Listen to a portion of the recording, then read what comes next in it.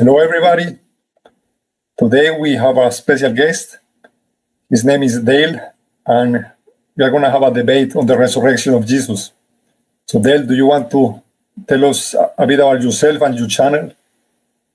Yes, my name is Dale. I'm the host of a channel called Real Seekers. And basically my channel specializes in topics on the philosophy of religion, as well Christian apologetics and stuff like that. So I do various topics, the existence of God, ranging, comparative religion, as well the historical evidence for the resurrection and the Shroud of Turin. So a couple of topics we'll be dealing with today. So, yeah.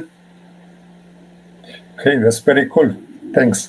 Yeah, so guys, feel free to go check out his channel, and if you're interested on it, and subscribe to it. Yeah, so okay. How about you start? Maybe you can start making your case for the resurrection of Jesus. Okay. All right. So let me just bring up some slides here. Yeah. Awesome. All right. So, great. Okay. So in terms of Jesus' resurrection, my positive case, I think that we actually have two sources of warrant for the resurrection of Jesus, death and resurrection. So the first is the historical evidence for the resurrection, but there's also scientific evidence for Jesus' resurrection. So focusing my first part on the historical evidence, the way I evaluate the case on the history for the resurrection is by breaking the level of assessment into three areas. The first is we have to identify what are the relevant historical sources. Secondly, what are the historical facts we can glean from those sources? And then thirdly, on the explanatory level, we look at various hypotheses meant to explain those facts, and we try to evaluate which is the best explanatory hypothesis among them. So just very quickly, in terms of the historical sources, my positive case, I usually utilize the following sources. So the four canonical Gospels and Acts, the generally accepted authentic Pauline epistles. So, these are the 7, Romans, 1 Corinthians, 2 Corinthians, Galatians, Philippians, 1 Thessalonians, and Philemon. Of course, I make use of the pre-New Testament oral traditions. Those are probably the earliest and most important sources. And finally, one archaeological discovery, the Church of the Holy Sepulchre for the empty tomb. And note, at the level of my assessment of the sources, I'm not making any assumptions about the nature of these or reliability of these sources. I'm just saying, hey, these are historical documents that I'm going to be using to glean my information from. So now at the level of the historical facts, how do we assess what facts within these sources are true versus not? And this is where I employ what I call a moderate facts approach, in between the minimal and the maximal facts type approaches. And similar to the minimal facts, I employ the criteria of authenticity in order to glean which specific aspects in a document or in a source is reliable or is probably true. So in this case, my facts, number one, Jesus died via crucifixion, and a couple of arguments from non-Christian, or at the very least liberal Christian scholars. So for example, we have agnostic Dr. Bart Ehrman, who employs the criterion of embarrassment and says a crucified Jewish Messiah is a contradiction in terms. It is just so embarrassing, given what the Jews, and Jesus followers in particular, as Orthodox Galilean Jews, expected about the Messiah. This is not something that would have been made up. Secondly, we have the liberal scholar Dr. Dale Martin, and he argues from the sign on the cross being through the criterion of dissimilarity, that the title King of the Jews, the early Christians did not refer to Jesus as King of the Jews. They preferred other titles, Son of God, or Jesus preferred to call himself Son of Man, stuff like that, or Lord, Kyrios. They didn't really call him King of the Jews. So that seems like it's probably something that is authentic, that Pontius Pilate put up. Okay, and here's just a list of some of the other criteria that I use here. So multiple independent attestation, early attestation, under this eyewitness testimony. If you have a source from an eyewitness, that's great. The criterion of simplicity or non-development. So this is kind of the principle that says the less developed a narrative, theologically or otherwise, the more likely it is to be early and therefore reliable. The criterion of dissimilarity, as we just saw. The criterion of disinterest or off-the-cuff comments, right? So this can be used to prove Jesus had a brother named James, for example, because Paul mentions it, that he met this person as just sort of an off-the-cuff comment. He's not trying to prove anything by just saying it. He's saying, by the way, I met this guy. The criterion of embarrassment, as we saw, and the criterion of enemy attestation. So these are some of the criteria I use. Okay, so we have fact number 2, the empty tomb. And in this case, I'm just going to use archaeology. So basically, Golgotha was not a small isolated spot or hill, as we see in the Hollywood movies, or as is commonly believed by the Church of the Holy Sepulchre today, that, it's in this one little spot, it's site of crucifixion, and then tomb was like right next door. That's not what archaeologists have discovered. Actually, Golgotha in the Bible is a topos, or it's a region. And a couple of secular archaeologists, Dr. Shimon Gibson and Joan Taylor, and Joan Taylor was a skeptic at the time. She didn't believe in Jesus' empty tomb. But through her archaeological excavations in the area on the Church of the Holy Sepulchre, this changed her mind. And she said, what we discovered is, this was indeed an Iron Age quarry on a slope. And there's also a layer of topsoil, which had been built up in various areas of this, quote unquote, the pit. So this is consistent with it being a garden. And this is just outside the old Geneth Gate. Now, this is that Geneth, just being outside the walls of the Geneth Gate is very important for the dating of this site. And this is what changed Joan Taylor's mind, because basically in 41 AD, Herod Agrippa, I believe, Herod Agrippa modified the city and expanded it so that after that point, the area that the Church of the Holy Sepulchre was in would have been inside the walls. And therefore, it would have been hard to keep track of unless Christians were marking out the spot and keeping a constant memory of its location as Jesus's empty tomb. And it just so happens that, this corresponds with a first century, before 41 AD, garden site that was used for tombs and stuff like that. Here's just what the site looks like as of 150 AD, after the Romans took it over. You can see the Temple of Venus. Here's the empty tomb by site Z, and then the site of the crucifixion. This is what it would have looked like in the first century at the time of Jesus. So outside of the city, the Geneth Gates, stuff like that. Here's a picture of what archaeologists think the garden tomb would have looked like based on their archaeology. Okay, so the next fact is the appearance to the women. And for this, I'm going to appeal to the criterion of embarrassment. This is the typical argument. Basically, the testimony of women was not respected in the first century. We have very many Jewish sources saying it's worth half that of man, but yet the gospel writers are saying it was women who not only are the primary eyewitnesses to the empty tomb, but also to the appearance of Jesus. His first resurrection appearance was to a woman and or a group of women. And that would be highly embarrassing. Now, some people try to counter that and say, no, it wasn't embarrassing at all, because, look, the Gospel of Mark, one of his themes is the least are going to be the most important, and vice versa. So, women were the least important, so that's why they're elevating them up to the top. But that doesn't really work as an explanation, because, look, the most important thing for the earliest Christians was this resurrection as proof for Jesus' messiahship. And to convert sexist people, you're not going to make up women to make this secondary theological point about the least being the highest and the highest being the lowest in the kingdom of God. That's a secondary compared to getting people converted, and the means for doing that was preaching the resurrection.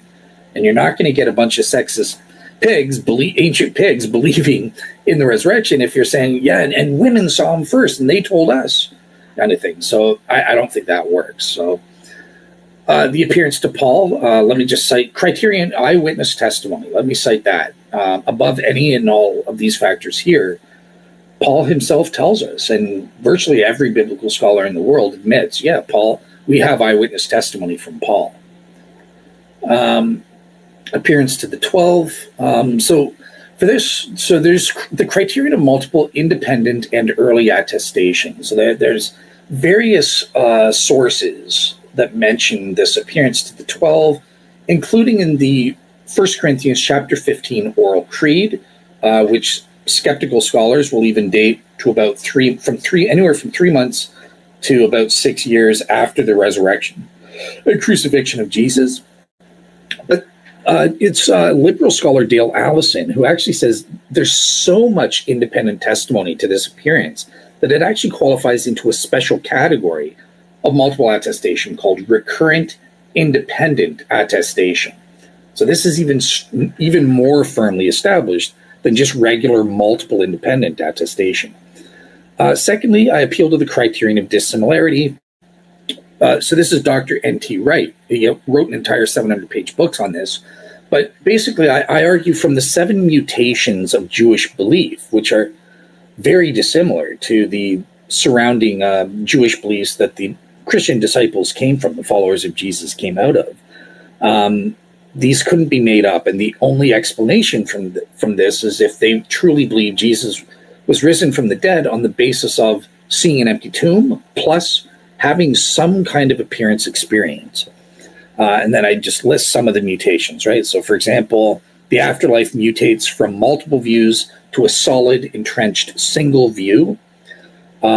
There were changes from being peripheral, right? The resurrection was just a peripheral doctrine in the first century Judaism before Jesus until the central and most essential aspect of the Christian faith. And that's kind of similar. Also, the timing of the resurrection changes from everybody at Judgment Day to, well, actually now we have Jesus as the first fruits and then everybody else. It goes from one stage to a 2-stage understanding. There are also various new metaphorical and concepts of resurrection, this notion of being born again. Also the praxis, I didn't list that here, but, for example, going from Saturday to Sunday worship, having baptism in a new context and stuff, in the context of being born again, and the Eucharist and stuff like that. These practices only make sense, changes in practices only make sense if, the disciples really believed Jesus rose from the dead, and the only basis for that is, okay, they saw an empty tomb and they had an appearance. Okay, so the final thing I'll say, the next level, the explanatory level. And how would we, basically this is where we come into various explanatory hypotheses to explain these facts as I've given them. And I evaluated it on the criteria of plausibility, explanatory scope, explanatory power, and the simplicity criterion, not employing ad hoc or non-evidenced assumptions, or at the very least, employing the least amount of such assumptions. And I think that the best explanation under these criteria is the resurrection hypothesis on a balance of probabilities. So that's how I get to the historical case for the resurrections. Okay, that's very interesting. Thank you very much. That was a great case. So, I'm going to start to begin my response. The first part, I want to just start by laying out something that I think is a very important issue in the central issue here and it's like David Hume's arguments about miracles. One of the criteria you use to determine whether something is a good explanation of no or not is plausibility, right? So the key question will be, how plausible is a miracle in the first place, right? Mm-hmm. Now, maybe we can start by finding some common ground here. There are many atheists who say that any natural explanation, anything is like intrinsically more likely than a miracle, as long as it's just possible, right? You said in a video that you think this is a foolish mantra, right? And I actually agree with that. I think sometimes atheists take this too far. Like they present it like it was like some kind of law of logic, when it is not. It's a probabilistic argument based on induction evidence. So even Bad Ehrman makes a mistake when he says that a miracle, by definition, is always like the most improbable explanation for something. And I'm like, no, I mean, which dictionary in the world says a miracle is the most improbable thing possible? No, that's not how it is, right? Yeah. I actually agree with that. So I think there is a point where the naturalistic explanation is too absurd, right? And then the miracle becomes actually more likely, yeah, right? The question will be like, which is this point? That's where we will probably disagree. So I want to show you, if you want to present a scenario like that illustrates the point. Bart Ehrman brings this up. He says, for example, let's say Jesus had a twin, and for some weird reason, the twin was living in another city, or the people didn't know about this. And Jesus said, okay, he saw his death coming, and he tell to the twin, like, if I get in trouble, something happens to me, I want you to pretend that you're me to keep my movement going or whatever, That's a crazy theory, but it's like at least possible, right? So I think, for example, in my opinion, in my view, if you really boil down at the end to either Jesus had a twin or the miracle, I think I would probably go for the twin theory, because one says that, okay, I mean, it's crazy, right? But you're like, it could happen, So I think that would be like kind of my view. So I don't know, before we go on, what do you think of this? What are your thoughts on this human thing? Okay, so do you want me to respond to the human thing first and then the twin theory, or okay? No, the twin theory is not serious, but if you want, you can respond to that. If you have an interesting response to that, no, I think definitely one could poke problems in the theory. It's just an illustration, but it's just for the sake of the argument, no, just to the human thing. Gotcha. Yeah. So in terms of the Hume thing, so one thing I will say, a lot of people kind of misunderstood Hume, that his argument was not necessarily a priori miracles are inherently improbable. So he actually gives cases in his writings where you can believe based on experiential evidence. So I think a lot of atheists will kind of misuse Hume. His main point was more, you can't believe in a miracle based on testimonial evidence alone. That's not good enough. But hey, if you see a miracle, if you experience a miracle, he's at least open to saying that might be enough to believe and stuff like that. But just kind of citing this commonly understood thing, is it true that, well, given our experience of the uniformity of the laws of nature, does that a priori make it inherently implausible that a miracle could ever happen? So it's almost impossible to ever prove it. No, as I said, I think that's total nonsense and doesn't make sense, because as philosophers, we start with this thing called the principle of indifference, which means when we have an absence of any reasons or evidence favoring one hypothesis over another, we're indifferent. Maybe miracles are a priori improbable, maybe they're not. So then it comes to, well, what reasons do atheists present that make it actually improbable to occur?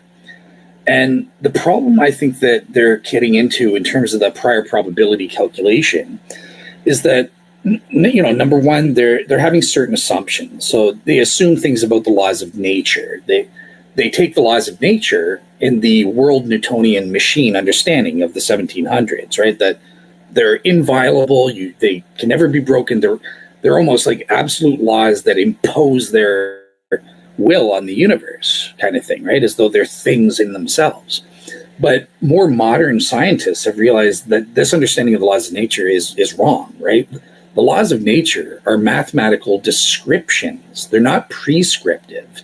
They're descriptions of, I would argue, the causal dispositions of quote unquote natural things. That's all they are. They cannot prescribe or prevent certain actions. So because of that, an agent is able to come from outside of the system and enter in or feed in new events. And because of that, I might just share my screen just because it's a formula, if you don't mind. So there is actually a formula when we're talking about miracles of God in particular. Let me know if that's popping up. Yeah, you see it? So this is the Jeffrey conditionalization formula for calculating the prior probability, right? So, and I've changed it here. It doesn't have to be the resurrection. Just say it's a miracle, whatever the miracle is. And so, number one, we have to understand, okay, does God exist or not, given our background knowledge, right? What is the probability that God exists, given the cosmological argument, given the problem of evil, given all of those arguments and stuff like that? But given God, then what's the probability that God would be motivated to perform this said miracle, given he exists, and stuff like that? That should just say G. Given he exists and our background knowledge as to what his motivations may or may not be. And that's that issue of God's motivations, right? That's where I think a lot of skeptics get what's called the wrong reference class, right? So you'll hear a common argument that, well, look, out of billions of people, God never raises. Most people die and they stay dead. And that's been billions of people. So therefore, there's a 1 out of 20 billion or 100 billion chance, whatever the numbers are over human history, chance that God would have raised Jesus from the dead. Yeah. That's the wrong way to look at it, because that we're not asking the question. The hypothesis isn't what's the prior probability that God would just randomly choose to raise Jesus without motivation. Just, oh heck, I'm going to raise this guy. Could have been Jim Bob Jones, but I'm going to choose Jesus for no reason at all. That's the wrong reference class. No, instead, Jesus takes place within a religion authenticating context. And that's what I think is the proper reference class. It's a reference class where God has a sufficient religious motivation for raising Jesus or not.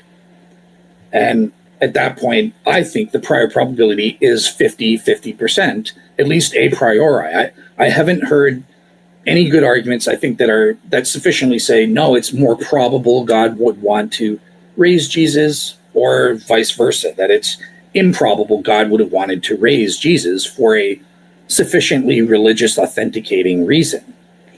I hope that makes sense in terms of that prior probability thing. Yeah. Okay. Right. That's pretty interesting. Yeah, that's good. Yeah. So, yeah, I agree with what you say about the laws of nature, right? That's obviously a bad argument. You cannot say the laws of nature cannot be broken. In fact, even if they were prescriptive, right? Who prescribed them? Obviously God. So God would be able to override that prescription, like even if the case that they were prescriptive. So that's a bad argument from skeptics. Now, what's interesting is like the probability, like given that God exists, right? And how likely will he be to do something like this? And I think even if I grant you that a God may exist, right? I think maybe God could exist, right? But even if I grant you that, even like an architect that a creator of the universe exists, I don't think that even then, if this pushes the resurrection into the realm of the likely, because you know why? Because I don't think it's 50-50 on the question, would he be willing to, would he want to raise Jesus from the dead? I think it's actually low, because it's lower, because I don't think he would want to do things this way. What am I referring to? That God would choose to reveal like his religion in a way, in a distant corner of the world, like in a past that we cannot analyze, and expect like other people to believe in it. You probably heard this argument. It has something to do with religious confusion or with divine highness. The things I don't see like a priori. God would want to do it if he wanted to reveal himself to humanity. He would want to do it this way. I don't think so, right? So and for example, you say that this happens within a religious context, right? Right, the context is Judaism. Just the religious authenticating context. Okay. So not just religious, because there are tons of religious figures like Moses. He wasn't raised and stuff like that. Yeah. Right. So here my question. Let's ignore the evidence for Jesus, right? Or let's say we exist before Jesus was born. Now, can you point out to the Old Testament and can you show me, do you think there is evidence that this was the right religion, that God actually revealed this, like Judaism religion? Do you think this case can be made? What do you think? Like without Jesus? Without Jesus, no. I don't think without taking out the New Testament, because I do think I can make a case from messianic prophecies, kind of thing, and fulfill prophecy, but that's contingent because it's a messianic prophecy about Jesus' resurrection. Right. So if you're taking that away, I don't think anything in the Old Testament alone proves a religion authenticating miracle. Yeah. So the way I will see it is like there is we look at Judaism and he has as much as chance of being the third religion as almost all the others, right? So it's like, why will God do it this way? I don't know. It just doesn't seem like that's how God will do it. You know what I mean? Yeah. So that's a good argument, right? So you're providing us with an argument as to why you think it's the prior probability is improbable. God is probably not motivated to do this miracle to authenticate Christianity. And the reason why I remain at the principle of indifference, and I'm still 50-50, is because I don't think you're warranted in making that claim. So I would say, how would you know, right? So from a biblical perspective, the religious context of Jesus is his ultimate goal is to save as many souls, free will souls as possible. He wants as many people as possible to say yes to Jesus, right? So we would agree that that's part of the contextual background evidence. Now, we know that in order to do that, it takes a free will decision. We have to choose to believe. We have to choose to repent. That's part of the background knowledge. You would agree with that? Yep. Yeah, I would have. Yeah, maybe I would have some small. I will have some small issues with that. Like, since when do you choose to believe in something? Belief normally, I think the way I see it is a bit more of an intellectual thing. You cannot decide to believe if the sun is real or not. I'm not sure. Maybe I will quibble with that a bit. I'm not sure. Cool. Okay, so let me clarify. By belief, I was meaning it in the wider biblical sense, because I agree with you. I'm an indirect doxastic voluntarist, which is a fancy way of saying we don't directly choose our beliefs or thoughts. We can't control that directly, but we can control it indirectly through, hey, I'm going to set myself up to change my beliefs. I'm open-minded. I'm choosing to be open-minded. I'm choosing to be a real seeker. I'm seeking out the truth, and I'm willing to obey or follow that truth once discovered. That's what I call a real seeker. So in that sense, you could say you're indirectly choosing your beliefs. But in the biblical sense, belief is also, it's more than just propositional belief here. It's this faith element. It's, hey, I'm choosing to trust. Like, once I discover, hey, Jesus rose from the dead, Jesus is God in the flesh, whatever propositional beliefs, because Satan has those too. You're going beyond that and choosing, I'm putting my faith in you as well. And I'm repenting for my sins. I'm turning to you away from the sins. Those are free will aspects of belief. Would you agree the Bible says those are required to achieve this goal of salvation? Yeah, I guess so. Yeah, I think so. Okay, cool. So here's my last point then, and hopefully I get you back to the 50-50, the principle of indifference. Maybe God's motivated, maybe he's not. So how are you as a human being? So this gets into things like chaos theory, the butterfly effect. And so over all of human history, God's main goal is to get as many free will people to make the choices necessary to achieve salvation, right? Over all of human history, kind of things. He wants to save all souls. How are you making this assessment of all the causal connections of including free will choices of people to say that, I think it's that if God didn't do it in this backwoods corner, I can prove more souls would freely choose to be saved relative to this world where he does it in Judea in the backward backwards thing where over time it spreads out, and I mean, there's over 2 billion Christians today.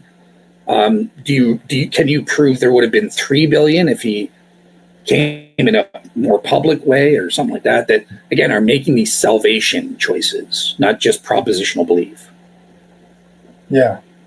I mean, it just seems intuitively true that it could be, I mean, the world could be a little different in the way that Christianity could have become more dominant. For example, imagine Europe have taken over the culture of Rome, like could have taken over the entire world, for example. Now that would eliminate, other religions in the way form of, eliminate not in a bad way, right?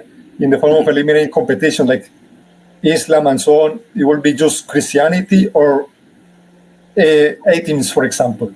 I mean, to put it this way, or for example, I don't know. Do you think, my question, I guess, would be, if the evidence was more convincing, do you think then we will have a point where we are like forced to believe, and God wants us to go freely to Him or something like that? Or what is your response to why doesn't God just make it like more convincing? You know what I mean?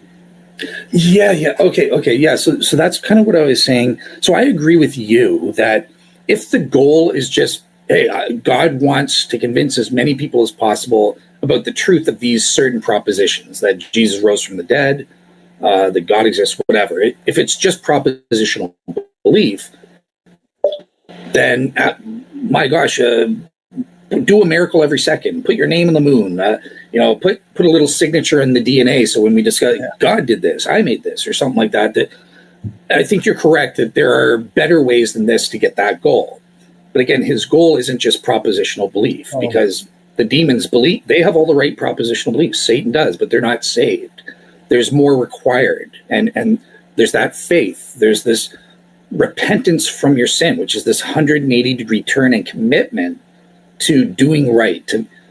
They're also I call it, you have to have and develop this salvation fit character, which includes certain values, virtues, character traits, habits. And the argument I'm making is that I think God in His omniscience knows that doing it the way He did is the best way to get as many salvation fit people as possible. And if you try to say, well, maybe if He did the resurrection in Rome instead of Jerusalem, maybe there would have been slightly more. I just don't think we can make those kinds of assessments, because it requires free will choices. And when we're putting free will choices over hundreds of years, involving many different free will choices of people and how they're causally connected over time and all this, it's just impossible to us. I will admit, as a free will agent, I've made some pretty stupid, illogical choices. So you may think I'll do the logical thing. Oftentimes we don't. So we just have no way of predicting it. And that's why I dismiss that. I don't think it's warranted. I think we need to be 50-50 again. I have no idea how things would work out, but God does. He knows what all of our free will choices will be. He knows how all of the causal connections work together to bring about certain ends. So at least I hope that makes sense as to why I remain at 50-50 even after that. Yeah, that's good. Yeah, that's a good response. Yeah, I think if I keep responding here and going back and forth, we're gonna spend all the time in this point. So maybe we yeah, no problem. You have a good response to that, so maybe we can look at the historical evidence. Sure, absolutely.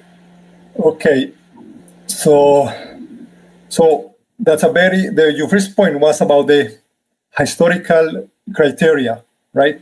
Historical criteria, and that's a very common point. What I think, my opinion, is that apologists make this point, but they are a bit selective about the criteria that they choose. So one day I decided to choose, take a look at all of the criteria, and I found something on Wikipedia. For example, this is some of the criteria that we have on Schaffer, how well could they ought to observe this report. There is a criteria of how early this was, but here are the interesting ones. Here are the ones that I want to show.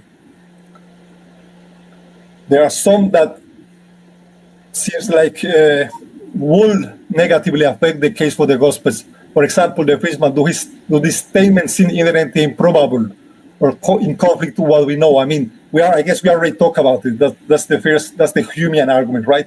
That they contradict our background knowledge. But the second one, the criteria of being early, he says that 50 years is, at that point, we are already like too late. Like most eyewitnesses will be dead, and some may have forgotten relevant stuff. So this wouldn't apply to Mark, but I guess that will be another question, like what do you think about the dating of the Gospels? Because that's another controversial thing. But this will apply. This will mean that Matthew and Luke and John and especially John, will make them inherently more, less reliable. And the sixth one, that one made me laugh almost. Are there any contradictions in the document? That's why atheists bring that up like all the time. Now, I have a few, so maybe if we have time, we can get into it. Yeah. The point is that there are many criteria, and I think they only look at some of them. So I don't know. Do you want to respond to something? We can get into each individual criteria that you said, but is there something you want to say about this? What I just Absolutely. showed? Yeah. So okay. So of the three that I think you said were the most important to you, kind of thing. So the last two, these aren't criteria for extracting facts from sources. They're more at the level of source criticism. So that's at the level of evaluating the source as a whole type thing. So, obviously, if there are internal contradictions and or even contradictions between sources, then that will cause us to say, okay, well, what's the truth? Which one of these gospels or which one of these sources is correct, or are they both just wrong? And stuff like that. Obviously, you need to prove it's an actual contradiction there. The second, what was the second one again? It's been late. It's marked 50 years it's a bit too late. Yeah. Okay. So cool. So the dating in terms of the dating of the Gospels, I take the traditional. Most biblical scholars date them, right? So Mark is the earliest, sometime in the late 60s AD, I would put it. Then I would probably say Luke is around 75 AD rather than around 85. Craig Keener's convinced me on that. Matthew, I would put in the 70s to 80s AD, and then John in the mid 90s or 90 AD, somewhere around there. These are decades later. Now, that's still pretty early in certain senses with respect to other things, but in and of itself, decades are enough time for errors to creep into the text or certain inventions and stuff like that. But that's why I'm employing with my moderate facts approach. That's the point of using the criteria, is because we're saying, well, look, we're not just taking these documents as reliable documents. We're not making that assumption like maximal facts approach people might. And David Paulman, he was on your show. He said, look, that even maximal facts people, they aren't doing that. They're just treating it as reliable eyewitness testimony. But the criteria really dig down and say, look, we can prove at the very least, regardless of the other things in the documents, maybe there are contradictions, we can prove this element is true. The crucifixion, that is true. Jesus was crucified. There was a sign on his cross. There was an empty tomb. So that's the point of the criteria is we get past that objection about the lateness of the sources. The other thing is, don't forget, there's also, among my sources, the pre-New Testament oral traditions, which are provable traditions predating the writings of Paul's earliest letters in the late 40s AD. So there are ways, even at the source criticism level, to get much further back, even within, as Garrett Ludeman might say, 3 to 6 months after the crucifixion and resurrection of Jesus. And the first, what was the first criterion? The first just about being plausible, like is it conflict with what we know about background knowledge? Yeah.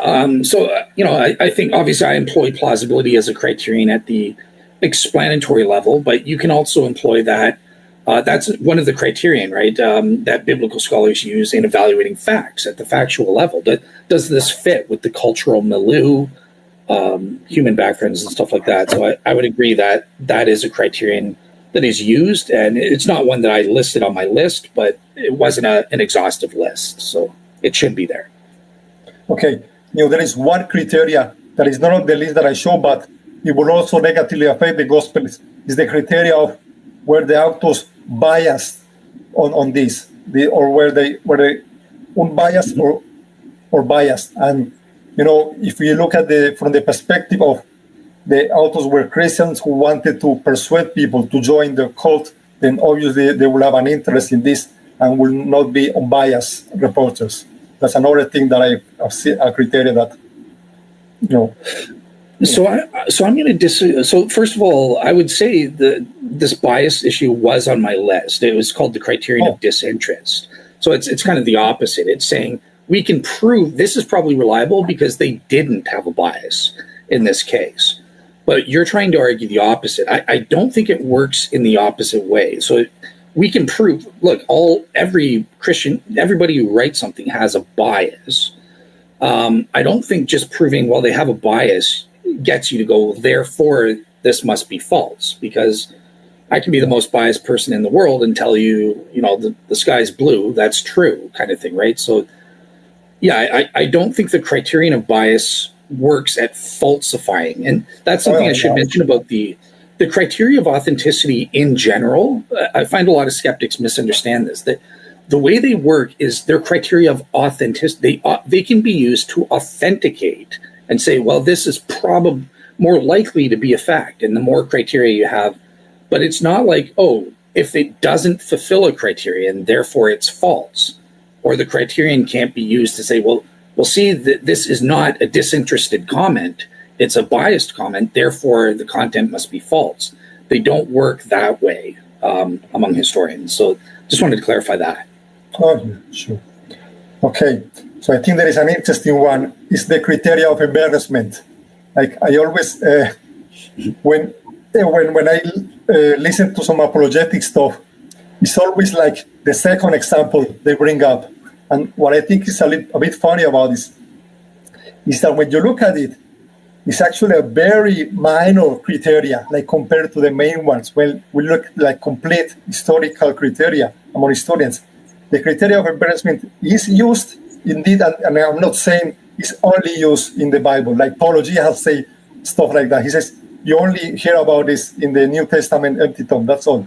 It is used. I've seen some cases of it being used in other contexts, like Inspiring Philosophy has a video actually responding to Paulo G on this.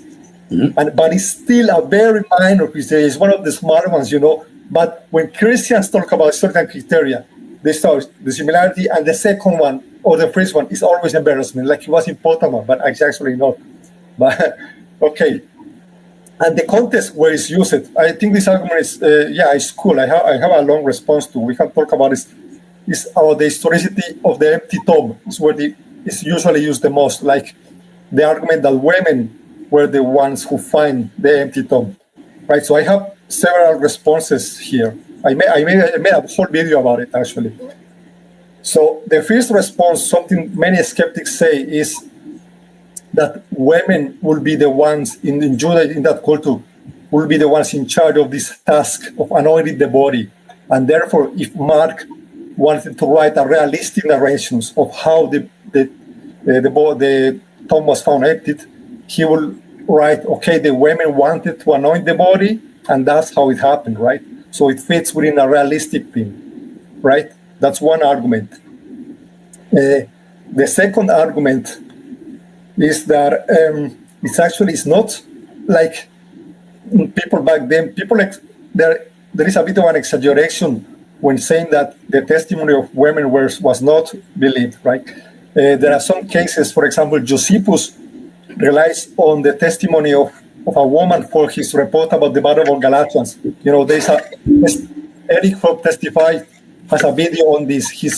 There are some apologists who say that Christians should be careful about using this argument because they don't think it's that good. And my third point against this will be that even if people will not believe the testimony of women. It doesn't really matter because, look, the reader of the gospel is not required to accept this testimony to believe in the accuracy of this story. You know why? Because they had the disciples checking the tomb right after, like the next minute after the women, and the disciples went and checked. Okay, so you believe men, that then you will believe it. You have no issue. Also, you're going to tell them later the truly important thing. A missing body could be explained by stealing or whatever. That's not the important, but the really important thing is the fact that Jesus appears to them later, and they will later appeal to the evidence of appearances of Paul telling them they appeared. The disciples telling them that they saw Jesus. So the reader is not like he's in a position that he has to accept this testimony of women to believe the claim. So it doesn't matter if it's ultimately believable or not. That's how we see it. Okay. So first of all, let me just respond to the criterion of embarrassment in general. So you're right that out of all the criterion of authenticity, I think personally this is one of the strongest ones. But I will admit, a lot of historians kind of poo-poo upon it, and a lot of skeptics. Richard Carrier said, there's no such thing. The first thing is, thank you for confirming that the criterion of embarrassment is used all the time in secular history, not just in biblical studies. Okay, so it is in fact used. Yeah. Now, is it a good one, or is it one of the weak ones? I think it's one of the stronger ones. But here's where a lot of the problems come in, is because people will cite anachronistically, they will think something's embarrassing when it actually would not have been embarrassing to the people of the time. And that's why historians are skeptical of it. But the answer that isn't an indictment of the criterion. It's just an indictment of how people apply the criterion or misapply the criterion. So I think the criterion is still good, but it's just, okay, we need to be careful. How is this actually embarrassing in a way that they would not say it? And if you get a check mark there, such as the women at the tomb, and again, I didn't use it for the tomb necessarily. I used it for the appearance of the women. I tricked you there. Remember, I used the archaeology for the tomb. But outside of this presentation, you're right. I would appeal to the women for the tomb as well. So that's cool. So that's my point about the criterion. Now, in terms of your 3 points about the empty tomb and the women, you're absolutely correct that women's testimony was not like, oh, shut up, woman, will not listen to you at all. Women can provide testimonies, but the point that we're doing, it's not valued the same as a man. That's undeniable, right? There are these things saying they're worth half the testimony of a man, and Jews looked down on women as telling. Sorry that I cut you. I have a joke about this. The testimony is worth half of a man, but remember that we have 4 women, so at the end we have like 2 full testimonies. There you go. Exactly. Yeah.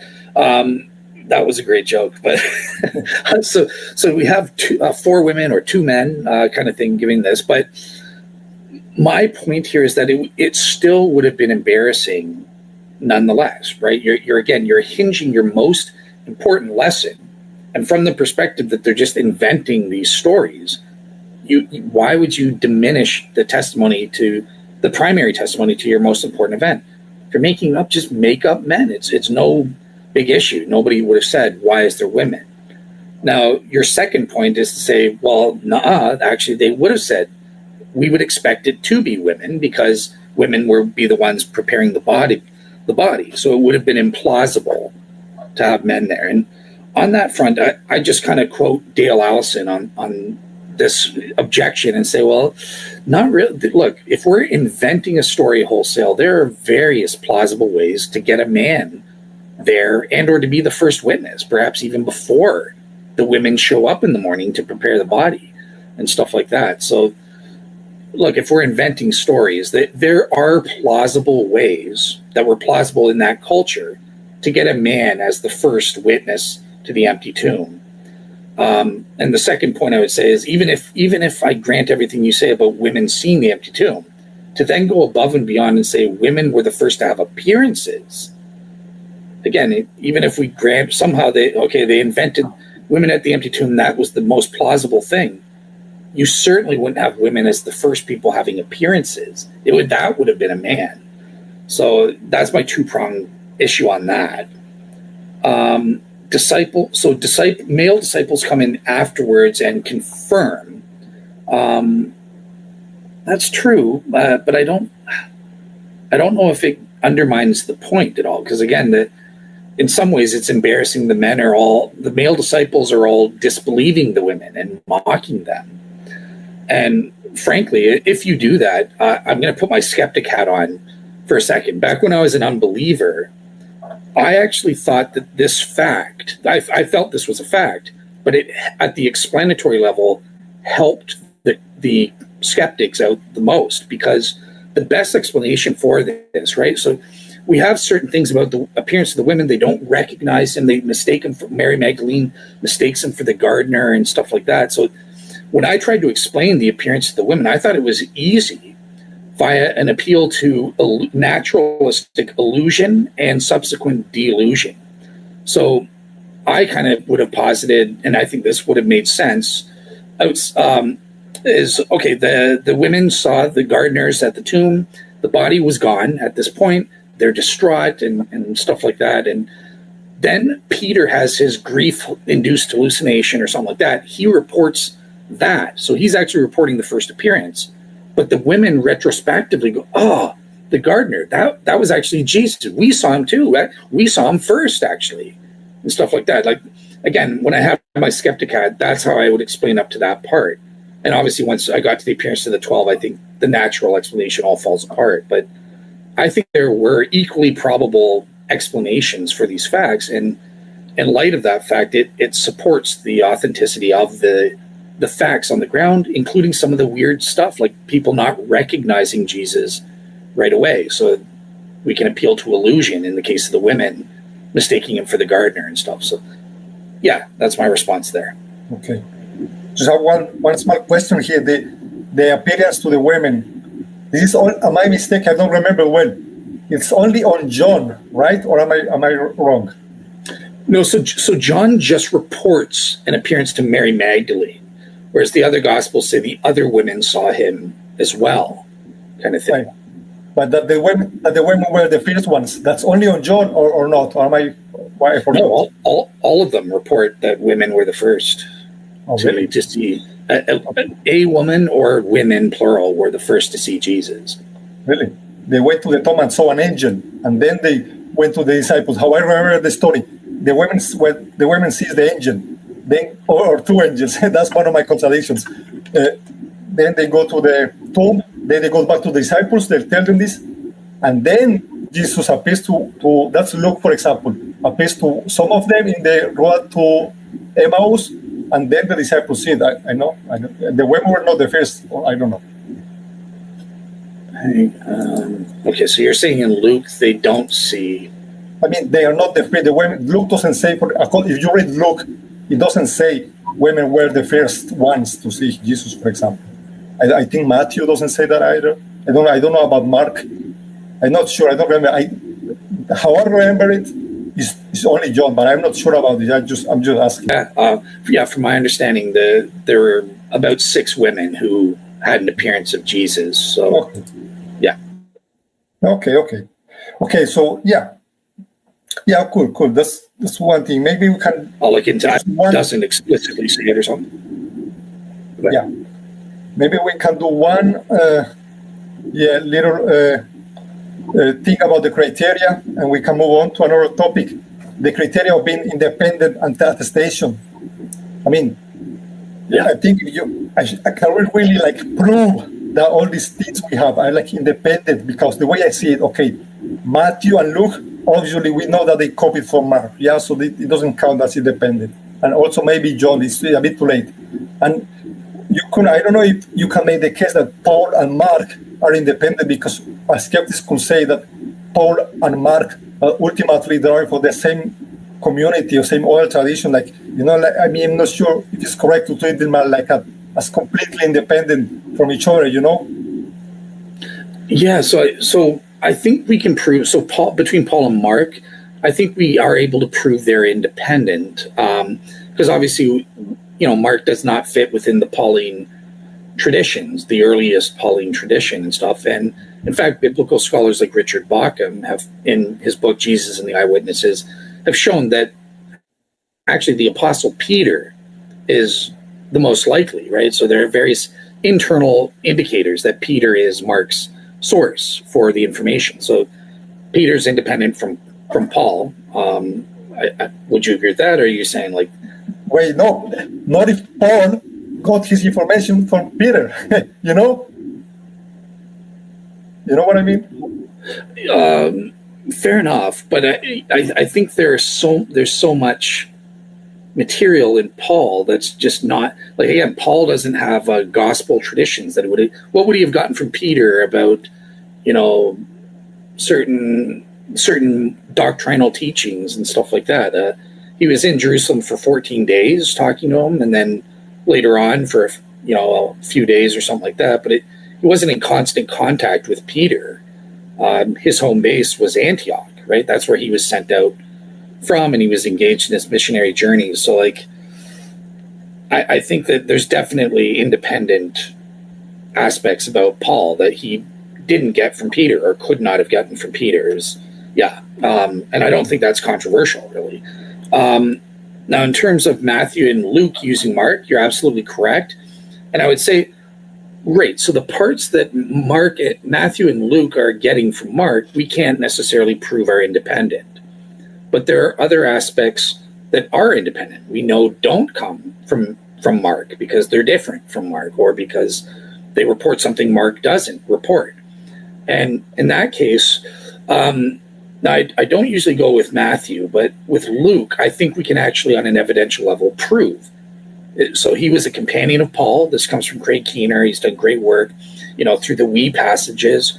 I think we can prove he followed Paul in the certain aspects. It corresponds with his independent letters when Luke was with him as a companion, including in the Holy Land, where Luke, I think there's been I forget who the scholar was, but it was a compelling argument that while Luke was in Caesarea, he met with people, certain members of Jesus' family, and Jerusalem as well. He met with certain members of Jesus' family, such as Mary, the mother of Jesus, and got certain traditions. That's where he got independently his tradition about the birth narrative, for example. And that's why it's slightly different, because it's the family member remembering certain details, whereas Matthew is not necessarily getting it from a family member and stuff like that. So those are independent. And then John, everyone kind of universally recognizes he's speaking as an eyewitness. He calls himself an eyewitness, and he reports totally different aspects and recounts different stories that none of the synoptics have.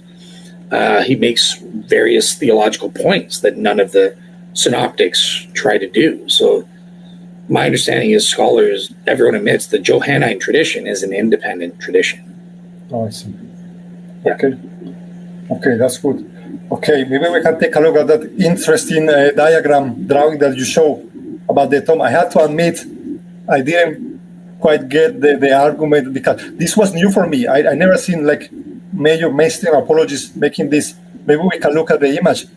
What was, sorry that I have to ask, but what was, or where is the thing? Is gone? Okay. Are you looking for you want my slides? Yeah, you slide about the diagram, about the garden, the tomb where Jesus would have been, the area where the archaeology. There is a garden. Yeah. I mean, can you maybe summarize, what's the argument exactly, that we have an area archaeological argument that fits the description very well, or what's the argument for it? Like, what's impressive about it? So the argument is, and I was surprised that the majority of archaeologists and scholars, even non-Christian ones, think that this is likely the site of the crucifixion and empty tomb in this region. So that the Church of the Holy Sepulchre, that area, that they've discovered the likely place where Jesus' empty tomb would be. So for example, I have a quote, Dr. Katharina Gilor, she's an Israeli archaeologist, world famous and stuff like that.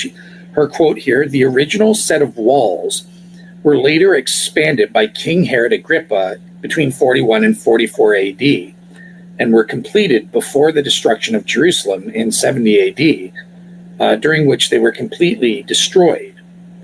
So the point here is that the tradition that Jesus' site is at the place of the Holy Sepulchre would have been impossible, and that it fits the biblical description, a garden and stuff like that. That would have been impossible to know after the 40s AD, because I see. So this is the site after 40. So this is as of the 130 after the Bar Kokhba rebellion. Nice. Okay, fine. We're looking at this. So this is the site as it would have archaeologists say as it would have looked in the first century, before 41 AD. And for whatever reason, my thing's frozen. But you see the Z up at the top. The Y. This is the traditional site of the crucifixion and tomb of Jesus, right? So this is what most people say. This is wrong.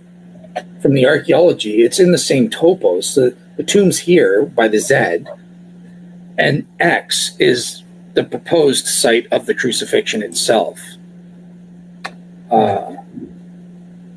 So now it just so happens that this totally corresponds. There is a layer of topsoil here, so we know there was this garden and everything like that. And after 41 to 44 AD, this area was totally reconstructed so that the walls were now the crucifixion site is on this main street, and the tomb of Jesus, they're all within the walls. And so the point that the archaeologists are saying is the fact that it all lines up proves that the Christians had preserved a memory of where the tomb was from before 41 AD and carried it throughout the centuries until the Church of the Holy Sepulchre was built on that site or around that site. And it's again, if this was just something they didn't keep track of the site, or there was no empty tomb, and it was something invented in the 300s under Helena and Constantine and stuff like that, how is it they just so happened to get all these first century pre-41 AD dates right? How did they pick this random area that had a first century garden destroyed after 41 AD, that had a bunch of first century tombs in it, and was officially outside the Geneth Gate as of 41 AD, but after that time would have been within the walls of the city. So the main point is it's preserving traditions about the tomb before 41 AD, and secular archaeologists are admitting this and saying, yeah, this is his tomb, or probably his tomb. Okay, that's cool. And and I was shocked. Like a lot of even Protestants, like William Lane Craig, Craig Keener, again disposed to disbelieve this because we don't want to believe the Catholic site, right? You know, but it looks like actually the Catholics are right on this one. They have preserved some historical tradition, and they got the general topos or region area correct. Okay, yeah, that's cool. Okay. Yeah, I don't know I never heard of this thing, so I'll have to I will take a look at it. Maybe I'll send you the article by Joan Taylor, because again, she's the archaeologist that actually excavated. Okay, so maybe we can take a brief look at some of my objections, like specifically to the historicity of the Gospels. And you know what? The thing that most skeptics like to bring up, right, is contradictions. So let's see, maybe we can take a look at 3 contradictions real quick. So the first one is the issue of how many angels were at the tomb. Okay, that's it. Mark says that there was 1 angel at the tomb, and so does Matthew. Meanwhile, Luke and John say that there were 2 angels at the tomb. So for me, this is one of the big ones in the resurrection accounts. So how many angels were there at the tomb? It looks like a strong discrepancy to me. How will you resolve this? Yeah, so when it comes to any alleged contradiction from a skeptic, I think Christians have 3 options they can take. So, okay, the first option is, okay, let's just embrace the contradiction and pretend, yeah, this is a provable contradiction. And then we ask the question of, well, what's the significance? So what? This is a minor secondary detail. It's not the essential gist of, talking about Jesus' death and resurrection itself. So, sure, they got the secondary details wrong there, but the essential gist of the story is still reliable and still intact. So that's the first avenue someone could respond with. I know you're not impressed with that. I think David Paulman mentioned that when he was on your show. So the second thing is through a literalistic harmonization, right? Harmonizing it, saying, well, look, there's no contradiction here. Both are literally true. And, on that front, someone like Dr. Gleason Archer, he says there is no provable contradiction in terms of the number of angels because the language does not preclude the other Gospels' reports. It doesn't say that there was only one angel or something like that. So on that front, yeah, there is no provable contradiction whereby the Gospel that mentions one angel precludes the possibility that there is actually two. And this goes hand in hand with the third option, the Dr. Mike Licona approach, which actually is kind of working in tandem with the literal harmonization here. But it's the ancient literary devices answer, right? So Mike Licona has detailed certain ancient rhetorical and literary devices whereby we don't take the stories totally literally. Instead, they're using one of these devices, which was known at the time. Everyone who read it would have known what these Gospels were actually saying. And on this front, Mike Licona says the literary device, agreeing with the literal harmonization approach, is what's going on here is one of the Gospels are engaging in spotlighting, right? So one of them mentions two angels, but the other, for whatever reason, spotlights the first angel, possibly because there was only one angel that spoke. So this is a known rhetorical device known as spotlighting. And that's what I think the answer is here. Again, Gleason Archer's right. There's no provable contradiction because nowhere does the Gospel say there's only one. And we have this known plausible technique that all ancient historians used, known as spotlighting. So that's the answer to this. Okay. So, yeah, regarding the first one, I'm not really convinced by it because it sounds to me like, okay, you really want to like forcing and be like, okay, very technically speaking, it doesn't say there was one angel or only one angel, right? But I mean, like, okay, why would the text say a text never? You won't never find a text where it says, "Why I went to the room and there were only 5 people." I mean, there were only, she's always going to say, yes, there were 5 people, right? And what people are meant to understand is that there was 5 people, right? I mean, you know what I mean? It's like they want to be like Dan McLaren has some kind of argument against it. He says apologists want to take it to the extreme where it has to be like very technically, just technically not a contradiction, and then just happy with that, right? But it's like just stretching language at some point, But okay, that's what I think about the second one. Do you have anything to say? Okay. Yeah, so going, I don't go down that avenue for this one, but if I were to, I think I would say, well, look, this plausibly, again, we're admitting error. There's an error in one of the more Gospels, but we're saying, so what?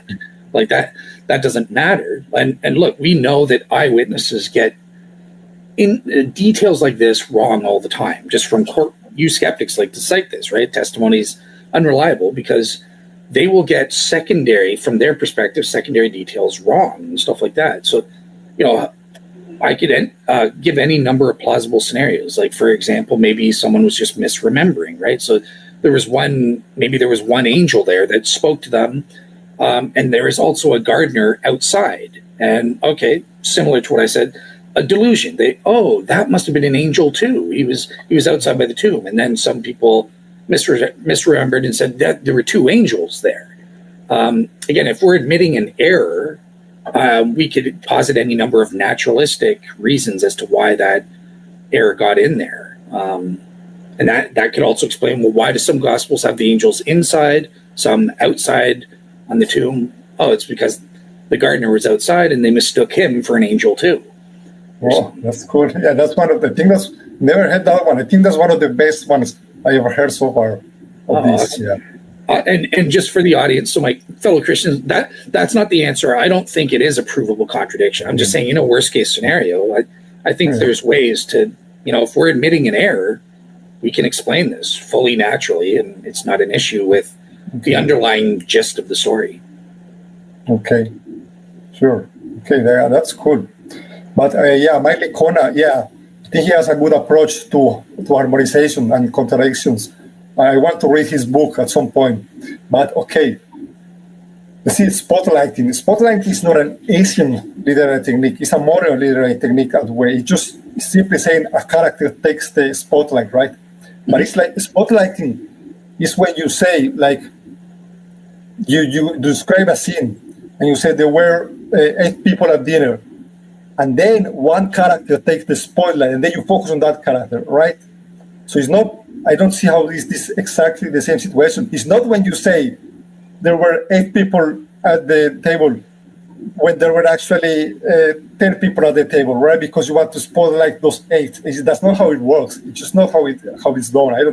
I think this is like not really how spotlighting is, Well, Michael Licona, in terms of ancient spotlighting, this is how it worked all the time. And Michael Licona gives actual examples from Roman authors writing about, Plutarch is his main comparison and stuff. And he does that exact same thing all the time, right? So the spotlighting is right from the beginning. It's not like, oh, it's a rule. You have to say, well, there's 2 people. Now I'm spotlighting on the one that speaks. No, for whatever reason, ancients just spotlight. Oh, and there was one angel, and he said this stuff. Okay. But it's not meant to be taken of. There was only one angel there, or something. Right. So, and again, Michael Licona provides those examples in other ancient writings of people doing that exact same thing. So that's why I think it works. Like, that's probably what happened. Okay. Yeah. I will have to, I want to read that book. I will have to look at the wording of the Roman thing of his examples to see if they're really like analogous. I will have to take a look at that, like if they really did that. But for example, if I look at the wording, for example, Matthew says, okay, one angel came down from the heaven, right? It's not like, okay, but if 2 angels came down from the heaven, it's like, okay, what happened? Did the other one came walking or what? Did he enter? He went to the back door or what? I mean, if 2 angels came down from the heaven, you don't say, okay, and 1 angel came down from the heaven. It's just not what you say. I mean, I'm not sure how to look at the word. I think if you're starting to add in other explanations, the spotlighting alone is not a sufficient explanation to explain all the differences or alleged contradictions. You would need others. The spotlighting alone just explains why some gospels mention 2 versus 1, and possibly the difference between the men. Or just the 2 versus 1. That's all that explains. Yeah. I think it's implied that a man is an angel. That's another. Yeah. I don't think it's a contradiction, men or angels. Some people do, but I don't use that. That one has another explanation, but again, angels appear as men all the time, and we don't even know it. So that's right. Yeah. Okay, we can look maybe at the next one. Sure. The one is the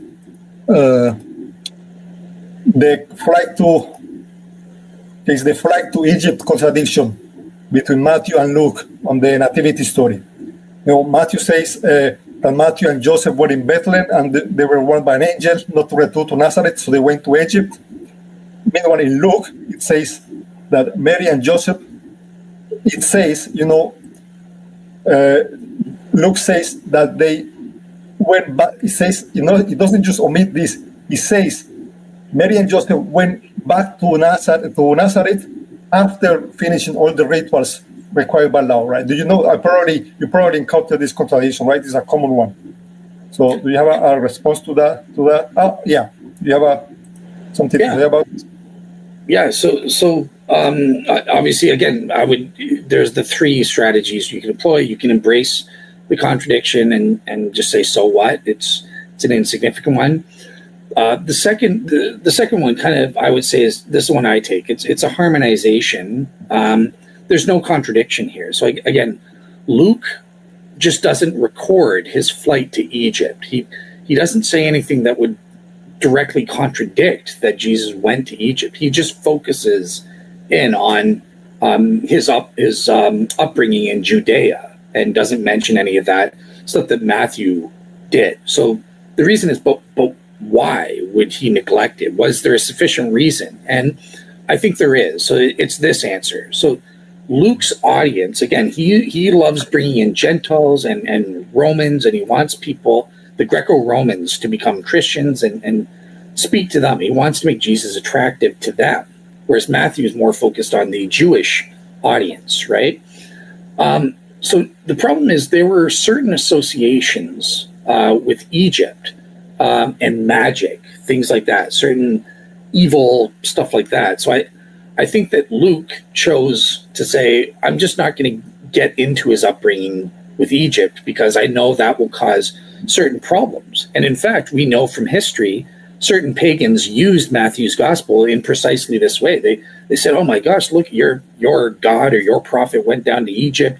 He must be just some magician, some evil demonic thing. This was an attack actually used by Celsus, the pagan critic in later centuries. He used Matthew's tale here in precisely that way. So I think Luke is just saying, I don't want to get into that stuff. I want to avoid it, so I'm just not going to mention his flight to Egypt and just focus on his upbringing in Judea and go from there.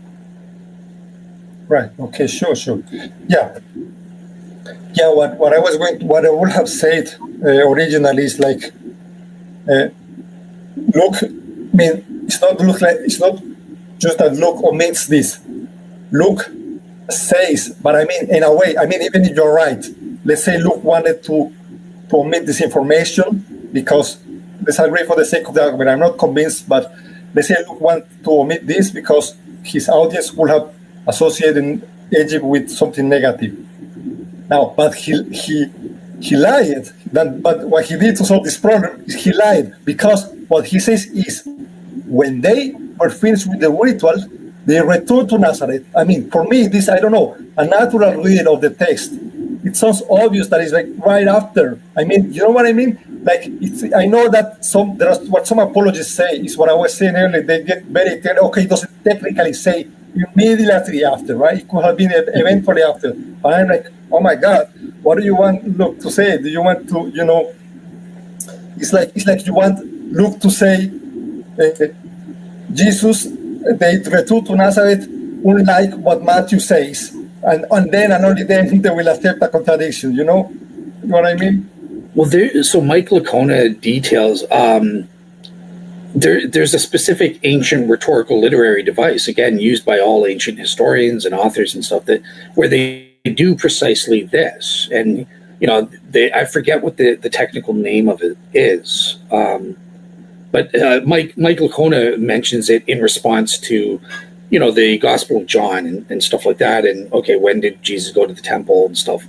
But there's a specific literary device. I wish I could remember what it was called, that ancient historians use when they condense time or play with time frames and stuff and don't represent the time periods. There is an actual device. So I would say that's probably what Luke's doing here. Okay. I have one last thing to show before we can move on then to the shroud. Absolutely. I also have one last thing on this. Bart Ehrman has something very cool on this contradiction. He says about the Greek, he's talking about the Greek word used for after, like when he says they went to Nazareth after the rituals. Now, the Greek says hos etelesan, using the conjunction hos with the aorist. This is a very common construction in Greek. When hos is used, the thing is, when it's used this way, he says there are 12 instances of this in Luke, and in every instance, it always indicates what happens immediately after, right? So that's his argument. The word used, the word Luke uses for after, the way he uses is always like the next immediately after. So you cannot say like, okay, eventually after, many years after, That's Okay. So I will admit I haven't heard that. So I don't know the languages. I'm horrible at that. I usually just take what the scholars tell me. So I need to see both sides. But assuming what Bart Ehrman is saying is true, and from the context, Luke's usage in particular, he is saying it's immediate after, then I don't think there's any way to explain that other than saying it's just an error. It's a contradiction, and you have to go down the route of saying, so what? Like, because otherwise they're irreconcilable. There's no way to explain them. Okay. Yeah. So now, we can move on to the shroud. So you can present. Maybe I guess you have a presentation. Okay. So now, believe it or not, we've been spending all of this time on the historical evidence for the Jesus resurrection, but maybe new or surprising to some skeptics to learn that there's scientific evidence that Jesus rose from the dead as well. This comes from the miraculous images on the Shroud of Turin. Now, in shroud research, there are two separate questions. So the first question is the miraculous authenticity. Basically, how are the images formed, and can we prove that they are supernatural or miraculous in nature? Secondly, there's the historical authenticity question. Can we prove the shroud actually covered the historical Jesus in 30 AD? And I argue rather uniquely that both these questions are totally unique, or independent of each other. So, heck, if you prove that the shroud is not historically authentic and it's medieval, I still think the scientific evidence about the images is sufficient to prove that the images were formed miraculously. So I will just say it's a medieval miracle authenticating Jesus died and rose from the dead back in 30 AD. It's not his actual burial cloth, is what I would argue. Vice versa, if you could prove the cloth covered Jesus, historically, that does not necessarily mean that the images are miraculous. So the two questions are separate, and that's unique. No one else argues that way except for me. So what is my argument for the shroud's miraculous authenticity? That's the question that I think is the most important. So I have a series of premises. This is going to get caught. So basically, premise one, the formation of the shroud images and their associated features, their physical and chemical properties that make them unique, has been proven to have occurred, right? So somehow the images on the shroud and their properties formed. That's the first premise. Everybody will agree with that. Premise two, the formation of the shroud's images is specified within a religion authenticating context, meaning that they serve to authenticate the essential Christian doctrines of Jesus' death by crucifixion and his subsequent resurrection within a few days. So that's the religion authenticating context. Premise three, the formation of the shroud images is due either to ordinary random natural chance or to an ordinary natural mechanism or regularity or to intelligent design. And this premise is based on the trichotomy rule. You'll see a whole bunch of books talking about in terms of the fine-tuning argument. Is the universe due to chance, natural law, or design? So this is the trichotomy rule that justifies premise three. Premise four, the formation of the shroud is neither due to random natural chance, nor is it due to any ordinary natural mechanism. And what I mean by ordinary natural mechanism, I'm referring to something involving the dead corpse of a human being wrapped in a cloth, and then the laws of nature take over in one way or another to create the images. So premise four is ruling those out. So therefore, the shroud image formation is due to intelligent design. That follows from premises 3 and 4. Okay. Then premise 6. If the shroud's image formation is due to intelligent design, then the designer was either a human artist, medieval or otherwise, or it was God. Premise 7. The shroud image formation was not designed by a human artist, therefore it was designed by God. So that's my argument in premise format for the shroud's miraculous authenticity. And Yeah. Well, I'll leave it to you from there. We can discuss that. Yeah, that's very interesting. Like I told you, I don't know that much about this topic. It's a bit new for me. There's only one small couple of. I watched a video in Mid Vision who had a guy called James Tabor. So Yeah, I know James. Yeah. Oh, okay. They were talking about. They had a stream about this, so I would just watch it for background. And I don't. That's all. That's mostly all I know. So he has some stuff. I can show you. Right. First, there is this quote from Dale Allison, and this I think is a good argument. He also doesn't go very deep into this, but he says, okay, those who defend the shroud antiquity must regard the coincidence that the carbon dating aligns perfectly with the Bishop of Troyes statement. So I know that, shroud proponents, like, they deny both things. They think the carbon dating was mistaken, and they also think that there are problems with this letter of Bishop saying he thinks he knows the artist who makes it. Okay, but what I say is, okay, but the two dates match very well. So if I say there was a mistake and there was a fake letter, okay, but what are the odds that these two will match? Okay, that this is what Allison will say, for example.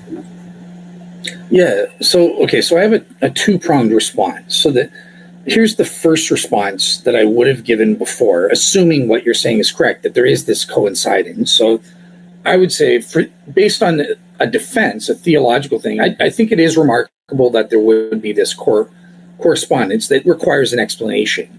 Is there an equally probable theological explanation as to why would God, if he created these images miraculously and it covered the historical Jesus, right? So we're not going with my medieval miracle notion, because otherwise it would be like, yeah, it's medieval, but it's a miracle. But if it did cover Jesus and it's a miracle, why would there be that confusing correspondence? And I said, it goes back to my answer of God's main goal, cultivating salvation fit character traits. And one of those is seeking beyond just superficial appearances and stuff. So getting into, okay, am I actually warranted in believing the carbon-14 dating or not? And that's where you get into a lot of problems. Am I actually warranted in believing the evidence from Darcy's memorandum and stuff? And so I think he wants to cultivate character traits and habits of probing beyond superficial correspondences. So that would have been my answer. Here's my new answer. There is no coincidence. It's false.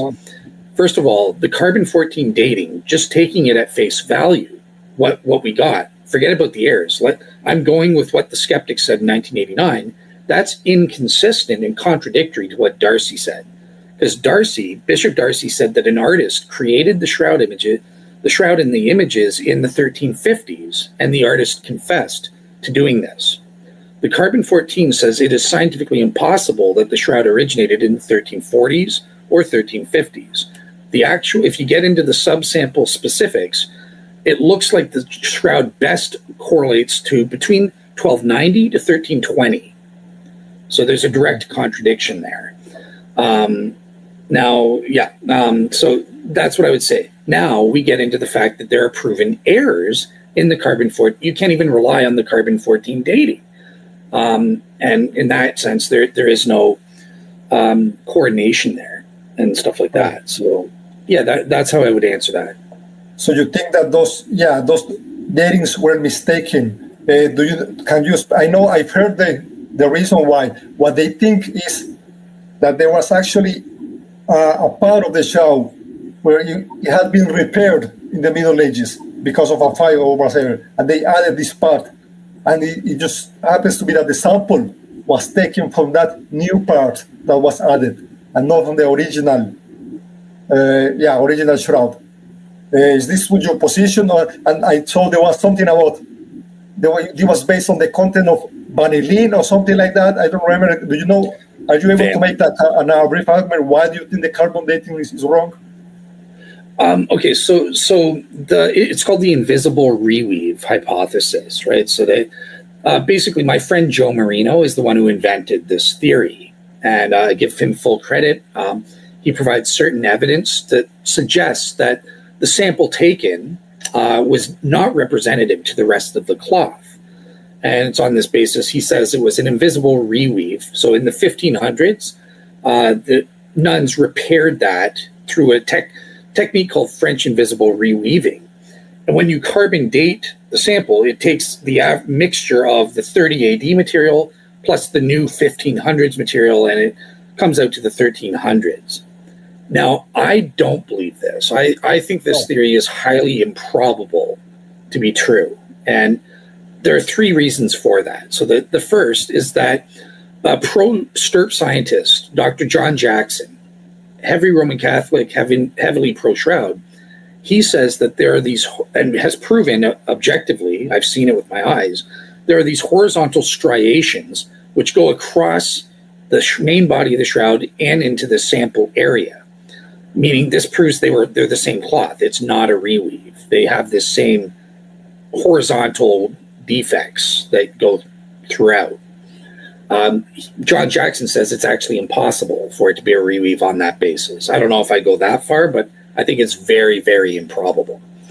The second aspect is mathematical. So in order to get a date from in the 1300s, what the carbon-14 scientists got, that 86% of the material would have to be new from the 1500s and only 14% from the year 30 AD in order to arrive at the average date of 1260 to 1390.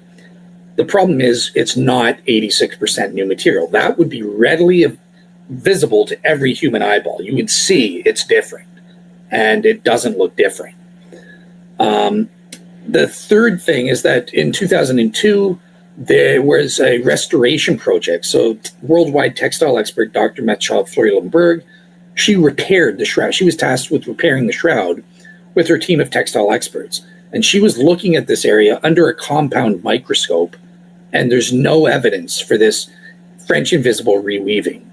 That's physically impossible to occur. If there was a reweaving, I don't care how good you were in the 1500s, it would be visible under a compound microscope. Yeah. So that's why I reject those. And I've asked Joe for answers on those three issues, and he doesn't have them. So the way I explain is through Bob Rucker's neutron irradiation hypothesis. And this is an extraordinary form of contamination. And believe it or not, it was actually published by carbon-14 scientist Dr. Thomas Phillips from Harvard University in the same Nature paper back in 1989 as the carbon-14 dating of the shroud. And the atheists were outraged that the journal Nature published this, but he posits that neutron irradiation affected the carbon-14 dating results, took a 30 AD cloth into the medieval period. And Bob Rucker, he's a nuclear engineer. He's actually used the MCMP computer software to calculate a model on the basis of the results we got. And it's been perfectly consistent with the carbon-14 data and the 16 subsamples that we got. So basically, there are three aspects to the data that we got from the carbon-14 that have to be explained. Okay, so the first is obviously the date that we got, the 1260 to 1390. That's what everybody knows. But then there's the range of all the 16 subsamples, because they don't just get one date. They break it up into, 4 different subsamples for each lab or something like that, 3 or 4 subsamples. And they date each subsample, and then through a mathematical equation, they get the average and stuff like that. So there's the range of the dates. And what we've discovered since 2017, when we sued the British Museum and got the raw data, is they fudged the data. So the range of dates goes anywhere from the 1100s to the 1400s. So you have to explain that age range, right?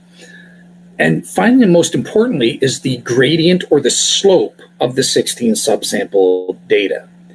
And what there is on that front, there's for every centimeter. Okay, so starting from the outer edge of the cloth where the sample was taken, right? So the very outer edge, for every centimeter you move in towards the center of the cloth, the carbon-14 age of the cloth gets younger by 36 years per centimeter.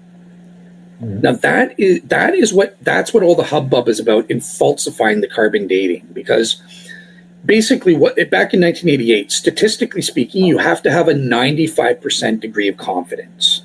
So that when you have this slope, they basically fudged the data and didn't take all 16. Okay. So just very quickly, there is this slope to the data, and that's not accounted for in the 1989 paper. So basically, the question is, how do we explain this? So how do we explain this slope in the data? So pro-shroud people, that's where we come in and say, oh, well, it's off because neutron irradiation happened. Jesus rose from the dead, and that he emitted neutron particles, therefore influencing and affecting the carbon-14 dates. Shroud skeptics, on the other hand, say, well, no, it's still within the medieval range, 1100 to 1400. So maybe one of the labs, the cleaning treatment was off or something like that, and it's creating this slope, but there's a natural explanation for it. So the last thing I want to say is there a way we can adjudicate, because these are both empirically equivalent. Based on the carbon-14, we can't decide which is true. But my friend Dr. Tom McAvoy has just published a peer-reviewed journal back in 2021 in Applied Optics, secular science journal, whereby we can prove the shroud was neutron irradiated. Okay. In this paper in Applied Optics, Tom McAvoy compared the ultraviolet fluorescence intensity pattern, and it precisely matches Bob Rucker's MCNP neutron particle calculation curve. And this is an independent correspondence. Basically, I think it's evidence proving the shroud was neutron irradiated in the pattern of a human corpse, three-dimensional human corpse body. That's scientific proof for a miracle there, I would say, in and of itself. And it's in Applied Optics. This is not a puff piece. It's a secular science journal. So, yeah, I'll shut up before I get cut off again. Yeah. Okay. I only have, just a few comments on that. I want to ask, isn't there a certain degree of ad hocness level to the hypothesis that there was neutrino radiation at the resurrection, and this is what caused this? Because it's not like a priori one would have said that a resurrecting body has to emit radiation, right? It doesn't have to do that. You know what I mean? Like you want to imagine it very magical, like Jesus' body started glowing and all. Okay, there is some radiation, but if there was a normal, I don't think this is what happened to Lazarus or to the people that Jesus healed. You know, I think a miracle, the body will simply start breathing or start walking, and that's it. It doesn't have to emit neutrino radiation, and much less the specific kind of radiation that will mess up with with carbon dating. You know what I mean? Don't you see like any issue? And there is a second issue with radiation, and that's it. Well, that's all I have to say. Is the radiation will also come from the sides, and they made this point in the video. The shroud only has like from the back, from the front and the back. So, but radiation will also come from the sides. So if the cloth was rough, we will also see like something. You know what I mean? Like it diffuses in all directions. Yeah, that's right. So that's just what I have to say. Yeah. So I'll tackle the second question first because that's the easiest. So the first is we are positing a supernatural miracle. So a lot of people look, the radiation just was supernaturally vertically projected because God knew that's the only way to create the images. Now, Bob Rucker has updated his hypothesis. So he now says he's no longer ad hoc. He says it radiated in all directions, but the images weren't formed from radiation damage. The radiation, it caused certain electrostatic factors. So the fibers acted like lightning rods. So you would still get these vertically directional orientality, but he doesn't need to posit any ad hoc notions about only vertically collimated radiation. So that solves that if you go for Bob Rucker's thing. The other thing, the first thing, okay, so I kind of forgot, but this takes place in a religion authenticating context. So remember the proper reference class, going back to that formula. You know, what is the hypothesis that we're stating? Did God have a sufficient religious authenticating motivation for creating images using neutron irradiation or not? And again, on that front, in light of the goal being saving as many free will creatures as possible, I think us as human beings, we're permanently stuck in this principle of indifference, which equals 50% in the prior probability in terms of Bayes and how it works, right? Because if you put anything less than 50%, that's essentially you saying the hypothesis, I know the hypothesis is probably false. It's improbable to be true. Anything above 50%, obviously it's saying the hypothesis is probably true. This is just the way the formula works in terms of how I'm using it. So that's why 50% is the prior probability representing the agnostic position. Either the hypothesis is true, and it's equally probable the hypothesis could be false. So yeah, just in case you weren't understanding why I gave it 50% as the principle of indifference. That's why. Yeah. Sure. Okay. Maybe there's one last thing. When you say that the what we see, the carbon content we see matches neutron radiation. I don't know, like I have to see the calculations, but I'm a chemical engineer, so I have some idea about this. And you'll have to know how much power does the source of radiation has in order to say, okay, that's exactly what we should expect. My intuition tells me that. But if we don't know that, then it's unknown. You know what I mean? Like if we know, okay, the power of Jesus the body of Jesus has a power output of this and that, then we get this amount of carbon. But only from the amount of carbon, then you go back and say, oh, it must be that the body had this amount of power. I mean, you cannot do that because obviously it will match. If you know how much power a body has, then you will know, okay, then we expect this. But I'm not sure. I think we have to make an assumption there. Like, okay. Correct.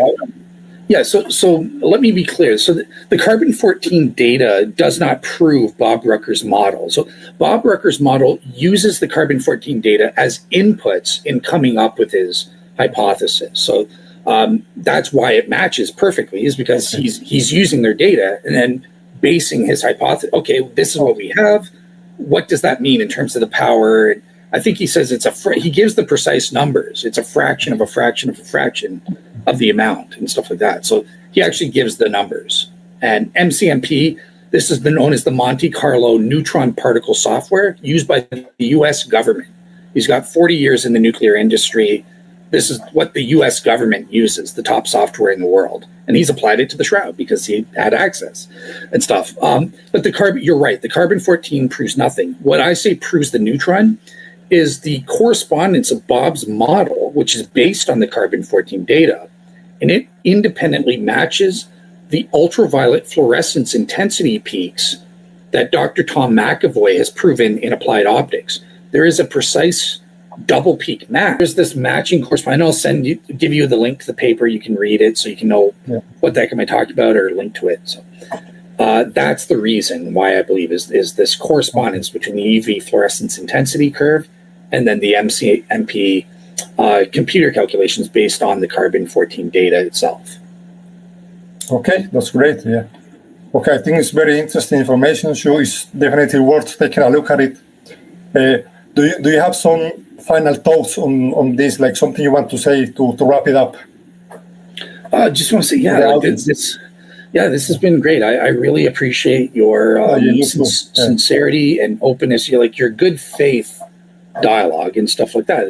Not all skeptics are like that. Like Pine Creek Doug, I think he's kind of a bad faith. He's in it for the gotchas and stuff. But I appreciate having dialogues with people that are wanting to learn and willing to engage in good faith to get to the truth and stuff. And you obviously fit that to a T from what I've seen. So yeah, thank you for inviting me on the show. And I hope I've brought some interesting and valuable information for you.